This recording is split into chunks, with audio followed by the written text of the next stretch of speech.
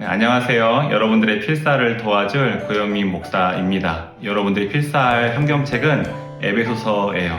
에베소서는 성경에서 바울이 로마의 감옥에서 쓴 옥중서신이라고 불리우는 책입니다.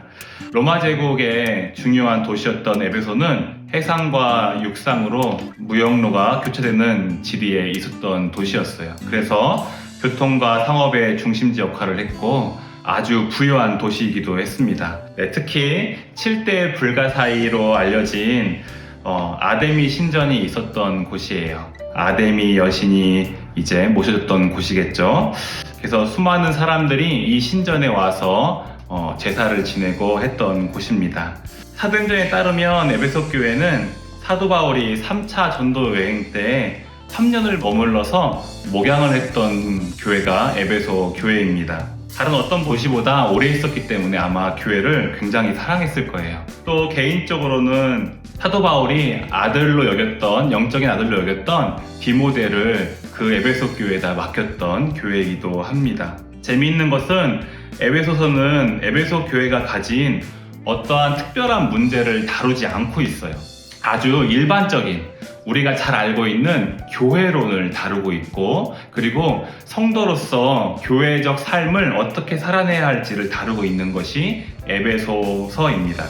내용을 살펴보면 1장은 다른 서신들과 마찬가지로 인사와 축복으로 시작합니다. 이건 사도 바울의 기본적인 틀이에요. 그리고 3절부터 14절까지가 이제 한 단락이죠. 그래서 삼위 하나님의 구원 사역에 대해서 이야기를 합니다. 특별히 3절이 대전제라고 불리우는데 3절에 하나님께서 우리에게 하늘의 신령한 복을 주셨다. 이 3절을 대전제로 두고 4절에서 6절까지가 성부 하나님의 구원 사역, 그리고 7절에서 12절까지가 성자 예수님의 구원 사역, 그리고 13절에서 14절까지가 성령 하나님의 구원 사역을 이야기하고 있어요. 그래서 삼위 하나님께서 어떻게 구원을 완성하셨는지를 설명하고자 했던 것으로 보입니다.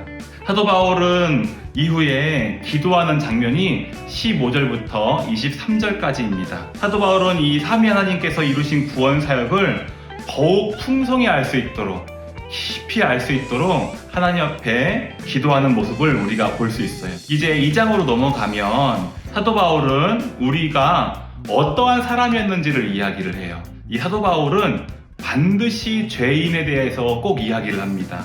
우리를 뭐라고 말하냐? 허물과 죄로 죽을 수밖에 없었던 본질상 진노의 자녀였다. 이게 사도 바울이 인간을 정의하는 부분이에요. 그래서 우리가 구원을 받은 것은 반드시 은혜였다라고, 그리고 하나님의 선물이다라고 이야기합니다. 1절에서 10절까지 이 이야기를 하는 것이죠. 그리고 이제 11절부터 언약과 상관없었던 우리 같은 이방인들 말하는 겁니다. 이방인들이 그리스도 예수의 피로 그리스도 안에서 가까워졌다. 이걸 설명하고 있어요. 어떻게 그리스도 안에서 원수되었던 유대인과 이방인이 가까워질 수 있었는가? 이것이 14절부터 설명하고 있어요.